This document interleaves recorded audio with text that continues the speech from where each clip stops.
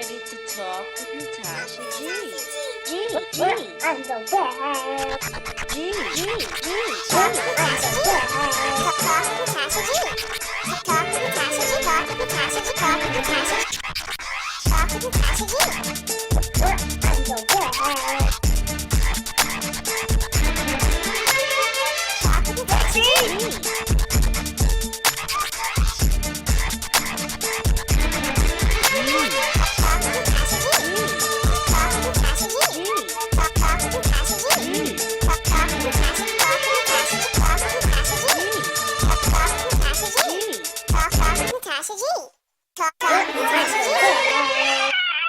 G. Hello, and thank you for listening to the Talk with Natasha G show.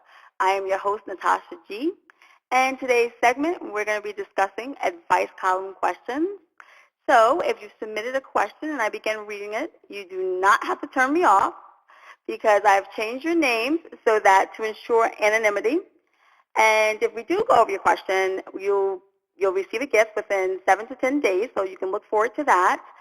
And for the listeners out there, if you want to chime in, you can feel free to tweet me at TalkNatashaG and share whatever your opinion is. Okay, here we go. The first question for the evening is, hey, Natasha G. Hey, I've been married for 5 years. I love my husband.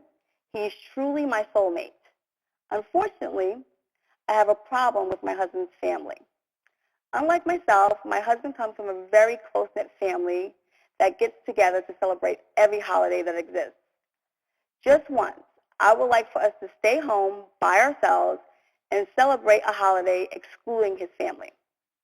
Without causing problems in our relationship, I would like to tell my husband not to celebrate the next holiday with his family, and he and I should just stay home and celebrate together. How do I get him to realize that I should be the most important person in his life and he should want to stay home with me? Please help. Signed, Holiday Hater. Well, Holiday Hater, it sounds like you're the problem and not his family. I have a news flash for you. The second you said I do, they became your family too. And you distancing yourself and making reference to your husband's family and not your in-laws or calling them simply a sister as opposed to a sister-in-law, then therein lies the problem.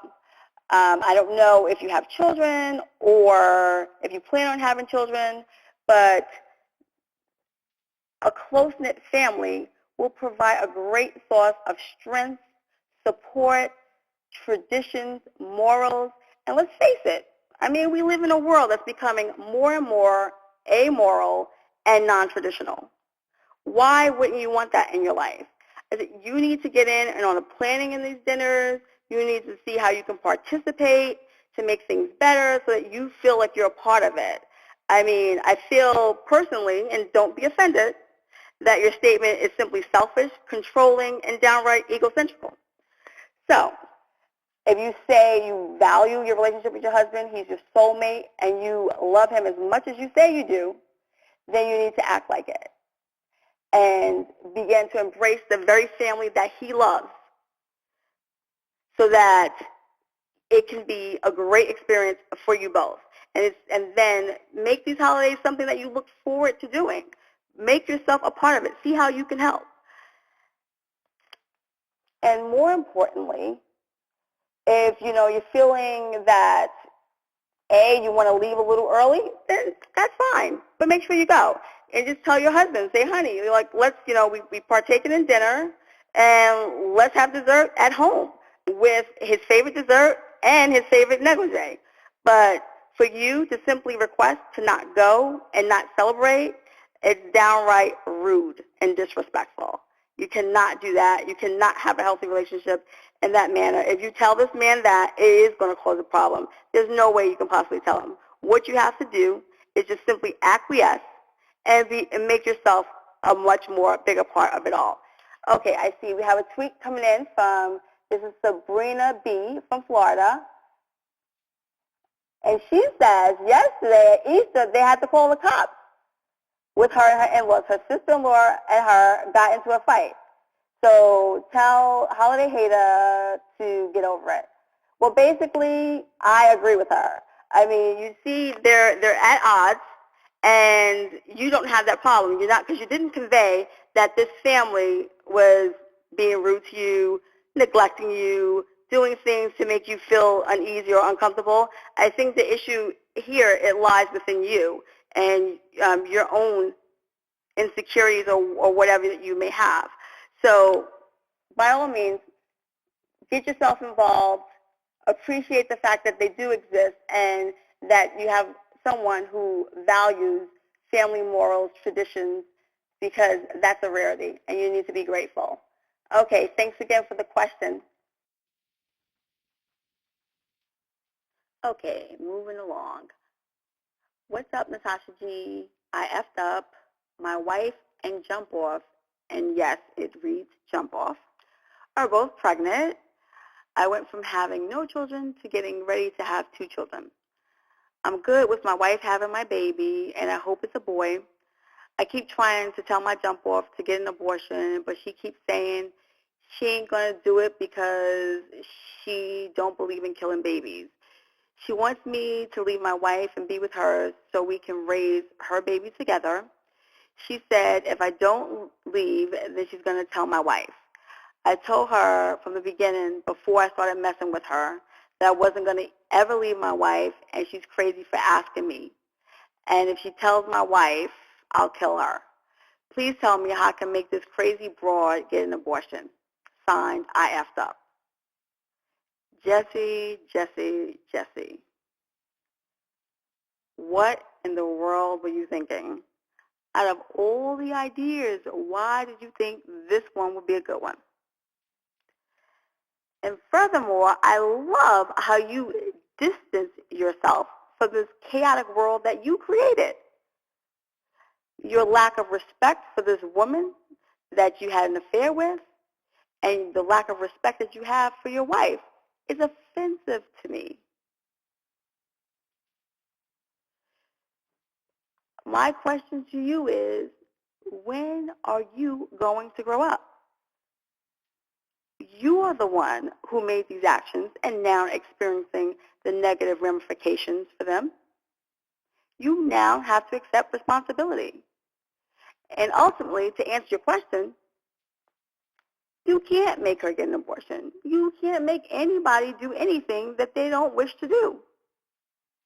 So if she's not having this abortion, you need to take responsibility, and the onus is on you. And more importantly, you need to convey this information to your wife, because you want to tell her you don't want this other woman to tell her. You want to soften the blow, because if she hears it from her, there may be a huge possibility that she'll be your ex-wife. So you really need to convey to your wife, sit her down and let her know what's going on and why she should trust you again. You have me speech impaired, excuse me. Why she should trust you again, because ultimately you stand to lose a great deal here. So if you really desire this relationship and you love your wife, you know, and you want to be with her, you need to act like it, okay? And calling this woman everything except for what her name is, that does not help. So, oh my gosh, there's tons of tweets coming in about you. They're saying, all the men are saying, actually, don't tell your wife, don't listen. Say not to listen to me, don't tell your wife. Nonetheless, you need to. You need to take ownership for your responsibility. The women, I hate men. Okay, all right. So you're getting a lot of responses here. But nonetheless, what I want you to know is that stop casting blame. It was you who didn't honor the covenant that you made with your wife, so you are now experiencing the backlash of it all, okay? So I trust that you're going to make things great. You're going to do the right thing. I want you to keep me posted. And more importantly, you better not mean for sure that you're going to actually kill this woman in the event that she conveys this to your wife if you don't listen to me and don't tell her. Okay, because then you're going to be sending me advice column questions from prison, and that's not cool, all right? But all jokes aside, you remember, take responsibility. You did it. It's your fault. I mean, you made the choice to be with this other woman, and as an end result, you guys created a child together. And you cannot say it's her child because you're saying that, that you created together. So not only that, I want you to go on a crusade of telling young men what not to do. Let them learn from this experience that you're having, and turn this thing around. Make me proud. Be a positive role model at this point. And let people know, what the negative ramifications could be, why they should not do this, why it's important to use protection, the whole gamut. This can be something really great for you. You can turn these lemons into lemonade, and that's what I want you to do. And ultimately, I hope you get the desires of your heart, and it is a boy, and you're able to be a great influence in his life.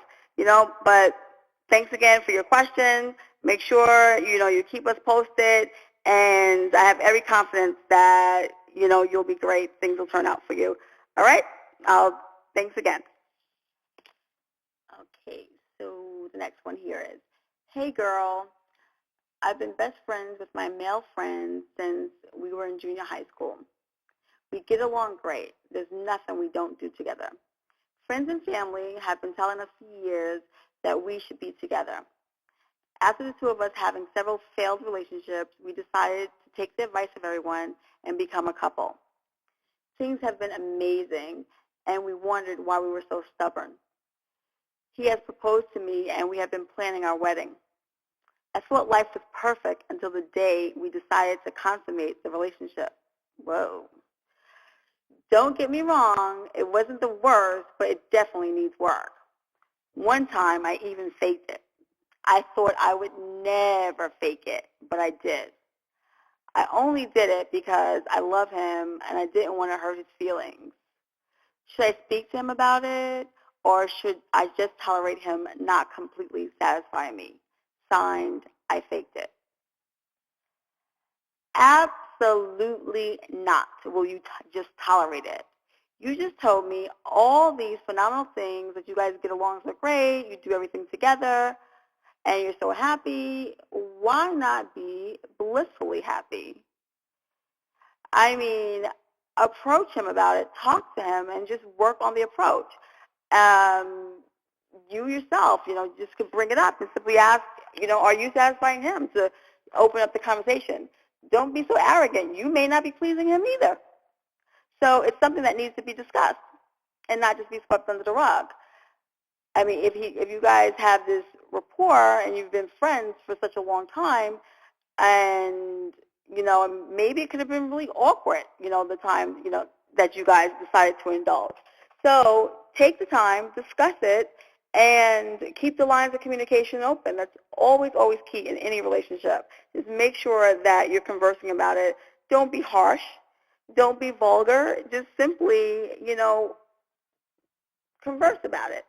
And actually listen, if he's telling you that there's something that he would like for you to do or whatever you're not doing, then in turn, you convey the same thing. But by no means tolerate something that, that's not making you happy. Ultimately, your heart will be again hardened. You'll be bitter, and that's not what you want. You want to maintain this great relationship that you have with this man. So by all means, discuss it.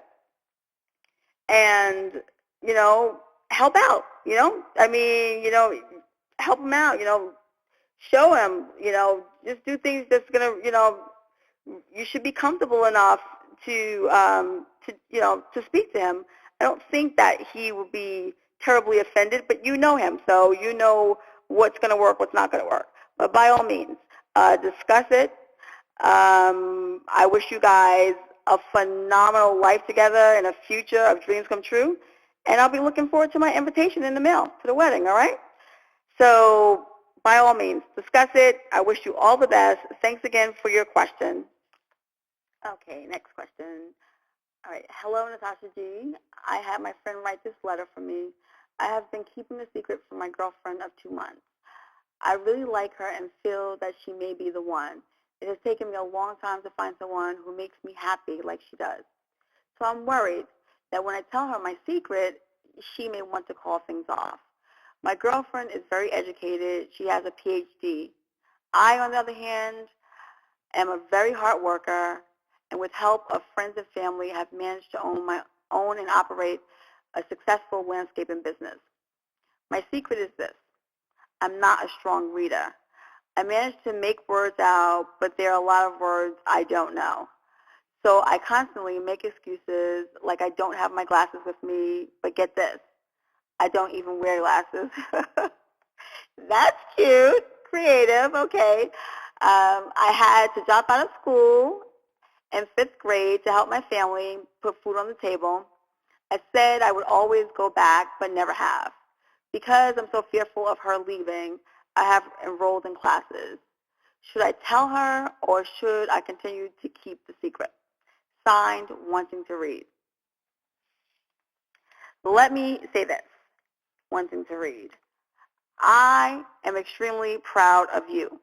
In spite of what your circumstances were, you have managed to become a successful business owner.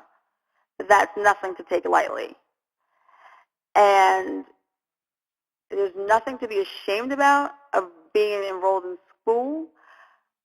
I mean, you are striving to empower yourself to do better, and we all should be students for life. I mean, we should always obtain knowledge. So I commend you, and if your girlfriend is as smart as you say she is, then she should know that she truly has a gem in you. And in the event that she's not as smart and decides to call things off, not a problem. I promise you, I will dedicate a show to finding you a mate that will appreciate you and the attributes that you have to offer. So keep me posted, write me back, let me know what's going on, and keep up the great work. You are a true testimony of being successful in spite of all the odds and what obstacles are placed in front of you. Don't ever be ashamed of your accomplishments, and don't be ashamed of your lack. The mere fact that you chose to do something about it, that is commendable in itself. And just don't ever give up on anything that you desire to do. Okay? So make sure you keep me posted. I hope things work out, but if not, oh well, she's so not worth it. And don't pursue her. If she can't see the value in you and what you've accomplished and what you're doing and how much you care about her, you don't need her. Okay? All right. Oh, and see, we have women now. How old are you? They want to know. They're available. They'll date you. So by all means, if we need to create a show just for you, we will. I wish you all the best, and thanks again for the question. Okay. All right. Greetings, Natasha G. I'm a 28-year-old single mother of a child with special needs. Prior to giving birth, the doctors told me that my daughter would have special needs, so they gave me the option to terminate my pregnancy. I chose not to. When the guy that I was dating found out that I was not going to terminate my pregnancy, he left and has not seen me or my daughter since. God, please forgive me for saying this, but there are times I wish I never gave birth. I love my daughter, but I spend several nights crying because adults are so cruel. Whenever I invite them to a birthday party or for a play date, they don't show or make feeble excuses why they can't come. Please give me some encouraging words. Signed, Teary Eyes. Okay. Teary Eyes, I don't believe for 1 second that you mean that you wish you never gave birth to your daughter. I feel that you're simply overwhelmed and you need to create some better relationships and better networks for yourself. First and foremost, you know, the world can be a truly cruel place, and those foolish adults that don't bring their children to your daughter's birthday party, like it's contagious, like special needs is contagious. I don't know what type of special needs, it's really vague, that your daughter has, but whatever it may be, you being a single parent, that can be overwhelming. I mean, being a single parent in general can be overwhelming. I myself am a single parent, so I know the stressors that can take place. I kind of went into it with my eyes open. I mean, it's something that I chose to do. So I had a little bit more resources. So that's why it's really important that you have the necessary relationships, resources, and networks. So if you go online or and just Google, things, programs in your area for children with special needs. If you need assistance, you can send me an email of the area that you're in. I'll be more than happy to help you out with that. But more importantly, don't torture yourself. Don't invite those people. They're not worth it. Let it go. Okay? Don't try to force someone's hand. They don't want to be around you. Shame on them. Okay? But do definitely get yourself involved in tons and tons of programs. You're not in this thing alone. There's so many actually free resources that you can take advantage of that will benefit you and your child. You don't want to not get a release and not get any help, because then, the stress can become extremely overwhelming, and then you begin to take it out on your child, and that we don't want.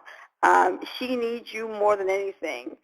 She needs you to be strong for her. She needs you to dry those tears and let her know how beautiful, how precious she is, and that you are there for her no matter what.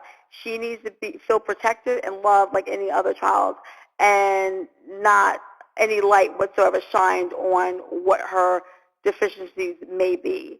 So I'm sure you're doing a great job, and you will continue to do it, but just make sure that you do get yourself some help. And like I said, if you need assistance, by all means, shoot me an email. I'll be more than happy to give you a list of different programs that are out there for you.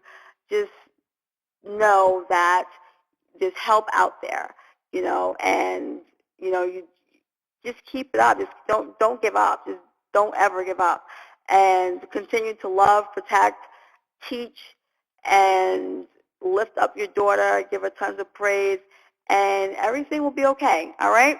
So thank you so much for your question, and don't forget to keep me abreast of what's going on. I wish you all the best. Okay, what do we have next? Dear Natasha G., I'm a junior in high school being raised by a single mother. It's about time for me to start applying to colleges, so my mom and I just sat down for the talk. My mother means the world to me. She's my caregiver and best friend, so I'm really conflicted right now because for the first time in my life, we can't agree. She wants me to be a business major. She always said if she ever got the chance to go back to school, she would want to get her business degree to make a fresh start. But that's not my dream. My passion is working with kids. I want to be an English major and teach in middle school. I went to middle school in the area where teachers didn't really care about the kids. They'd already given up on us as a bunch of hood rats, and as a result, a lot of kids gave up on themselves. I know that if we just had guidance from some teachers that thought we were worth the time, a lot of my friends would be better off than they are today. Most of them aren't even applying to college. I want to be that teacher. I want to make the change, but my mom sees what these teachers deal with, crowded classes, low pay, shrinking benefits, and she says she doesn't want that for me. She wants me to do better. She wants me to get out of neighborhoods like this, but when does what I want start to matter? I don't want to disappoint her, and I know she really wants what's best for me. But I feel like I found my calling, and I'm not ready to turn back on it before I even give it a chance. What should I do? Signed, devoted daughter. Well, devoted daughter, you have a couple of options here. And let me just say that your mother sounds like a phenomenal woman, and she did an extraordinary job raising you. The mere fact that you're even concerned about what her desires are is really commendable. So you can take on a heavy load and, major in both English and business, or you can do what you have eloquently done thus far, and simply truly convey and write her how you really feel. I mean, I've read this letter that you submitted, and then in turn, I'm ready to join forces with you. I'm ready to aid you in any way that I possibly can. So you being able to clearly articulate and define what your desires are, what your calling is, what your passion's all about, that indeed is priceless. I mean, people take years, and some people don't ever find out what the true meaning is for being here, or what their calling is. So, I mean, that is so noble of you, and I myself have a heart for children and doing whatever I can to aid them. So I applaud you. It's not often that you find someone who is not concerned about the almighty dollar and who's concerned about truly making a difference. And that is what's really important, is making a difference. I understand what your mother's desires are for you. She doesn't want you to struggle and doesn't want to be concerned for your life, because sometimes teaching in impoverished neighborhoods can be quite dangerous. So I understand all that, but the mere fact that you even are taking her concerns into consideration, and that you've chose such a noble and impactful profession, is nothing to frown upon. So I'm sure you guys will work it out. I mean, it seems like you have an extraordinary relationship.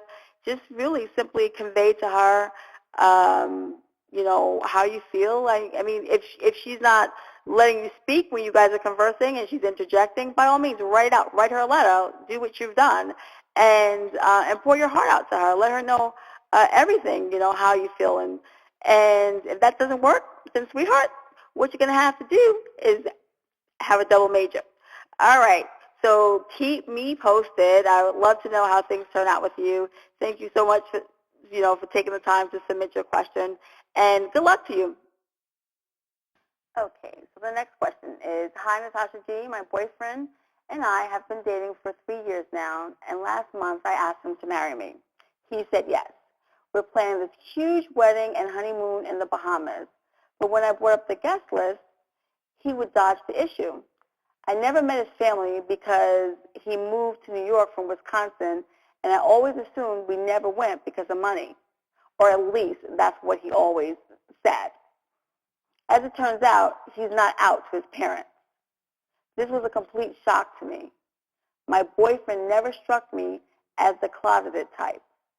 We go out all the time. We hold hands in public, and he always introduced me as his boyfriend when I meet his friends.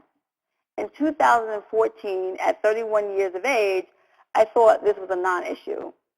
I approached him last week and flat out asked him when he planned on telling his family about me, let alone our engagement. He turned into a huge animal and began to argue, and has been sleeping in the guest room every night since. He barely says hello when he comes home and won't even look at me in the eye. I love him, I do. I want to spend the rest of my life with this man, but I crawled my way out of the closet, and I'm not going back in it for anyone. The problem is I don't know how to help him. Coming out was something I did when the worst that I thought could happen to me was getting beat up. And I took those beatings, but the wounds have healed and left me stronger. I came out at the age of 16 because I didn't want to be a repressed, closeted 20 or 30-something. I wouldn't even know how to begin to advise him now. But as much as I love him, I don't know that I could be with a man who's living a lie. How do I help him? Signed, Fairy Fiance. Okay, Fairy Fiance. I mean, it seems, you guys been dating for 3 years, and you buried your head in the sand about him not introducing you to his family. I'm not sure what just because you're getting married, what the huge difference is. Obviously, his family is not okay with it. I know you feel it here in 2014, and things should be changing. People should be okay with it. But unfortunately, that is indeed not the case. There are people who have issues with homosexual relationships and don't desire for their loved ones to be a part of them or to even befriend someone who is a homosexual. So, and you're asking how to help your fiance. I'm not sure that he's asking for your help. I mean, nowhere in here did I read that he conveyed to you that he would love to come out to his family but don't know how. That's not the kind of help that he's asking you for. So, the ball's in your court. If you're saying you love this man as much as you do, you want to spend the rest of your life with him, it's been 3 years. I mean, I would have brought this up a long time ago that I haven't met your family. I mean, if you're planning this huge wedding, you've been saving some money. Eventually, it could have, you guys could have met his family. So, I mean, I kind of feel that maybe you probably knew it to some degree. But, if you're feeling that this is a deal breaker for you and you have to, he has to come out to his family, and in turn he's not willing to do that, then you need to pack your bags. And, and that's it. But if he's all that you say that he is to you and he means everything that you've conveyed, then it's something that you have to be willing to stay and work on. Unlike, heterosexual relationships, it's still not socially acceptable to everyone for a homosexual relationship. So if you're willing to give up for, a life partner that you found that you saying means everything to you for just some acknowledgement of people that you never met, you probably won't like because they're already biased. So you have a lot that's heavy. It's a lot that you're dealing with. But forcing your fiance's hand is not going to work. I mean, it's already backfired. You're no longer conversing. You're not. He's sleeping on the couch, and you're not even sharing the same bed any longer. So, you have to really, do some soul searching and figure out ultimately what your desires really are, and why this bothers you so very much that he hasn't conveyed to his family that you even exist. So good luck to you. Thanks again for your question, and I hope everything works out for you. All right, you take care, and once again, good luck. Okay, so our final question of the evening is, Dear Natasha G., my grandmother recently passed away, and I'm not sure how to deal. She was 98 and rather informed, so we all knew it was coming. But when the time came, my reaction was, oh, okay. Meanwhile, my entire family seemed to be dumbstruck with grief. We laid her to rest last weekend, and all the while I could not cry. In fact, since the funeral, I haven't felt much of anything. It's as though I have an emotional spectrum of a boiled potato. Shouldn't I be grieving or at least reflecting on her life? I experienced more heartache when my dog died. In fact, the only feeling I've been able to muster since my grandmother passed is feeling guilt, not because she died, but because I feel nothing at all.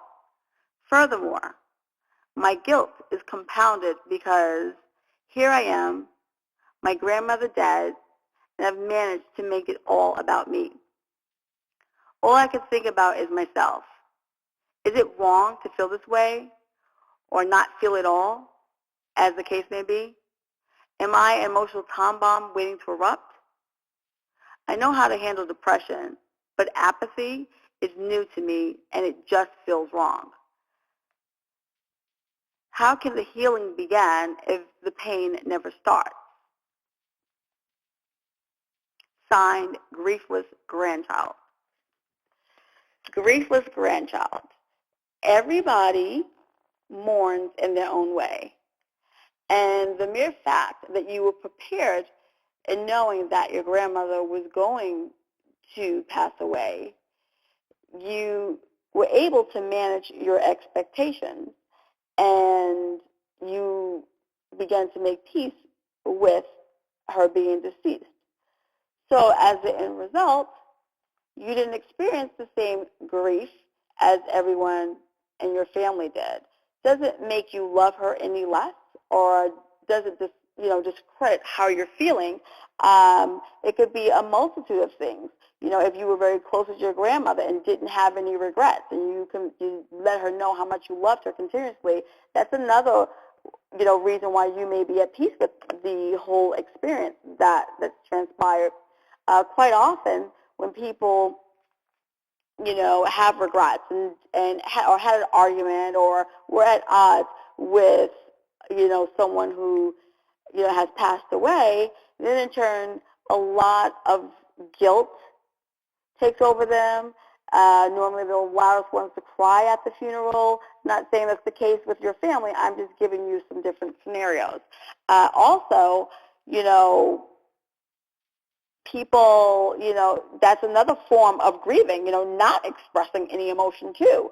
So there could be a multitude of things going on with you, and then, but I love your little anecdotes and your little catchy sayings in there. So obviously, you have a great sense of humor. Don't lose it. Just continue doing what you've been doing. And who knows, maybe one day, the grief and the experience of losing your grandmother may hit you at an inopportune moment, and you may break down. But if you feel concerned about it and it's really bothering you, and you're normally not a very egocentric individual, and you're thinking that that you should be grieving in some type of way, not to say, like I said, not to say that you're not currently grieving, but you can always contact a grief counselor, or just simply, go on Google, look at, different ways that people grieve. Don't discredit what you're feeling. I'm glad that you're in touch with your feelings. That's very important. So whenever you began to experience, the loss of your grandmother, you'll be able to deal with it. I really enjoyed reading your question. I wish you the best with it, and in dealing with your grief, and knowing that don't ever discredit how you feel. The mere fact that you're feeling it, it makes it important, it makes it relevant. So, keep me abreast of what's going on with you, and you'll be fine. So, thanks again for submitting the question. I sincerely appreciate it, and I hope everything goes well with you and your family. Thanks again. Well, folks, that's it for our Advice Column segment. Thank you so much for tuning in. And once again, if you're interested in submitting any Advice Column questions, you can log on to talkwithnatashaG.com and hit Advice Column, and just send me a question, and we'll be more than happy to get back to you. And if we do use your question, you can, we'll definitely send you a gift out. We appreciate the support that you give the show thus far. You have a phenomenal evening, and go out there in the world and make a difference. Thanks again for listening. Bye-bye. Ready to talk with Natasha G. I'm the best. G. Talk with Natasha G. Talk with Natasha G. Talk with Natasha G. Talk with Natasha G. Talk with Natasha G. Talk with Natasha G.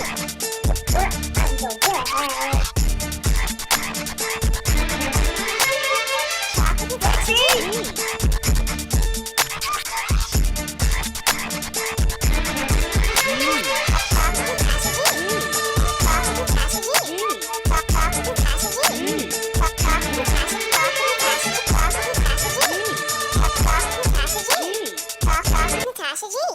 Talk with Natasha G. G.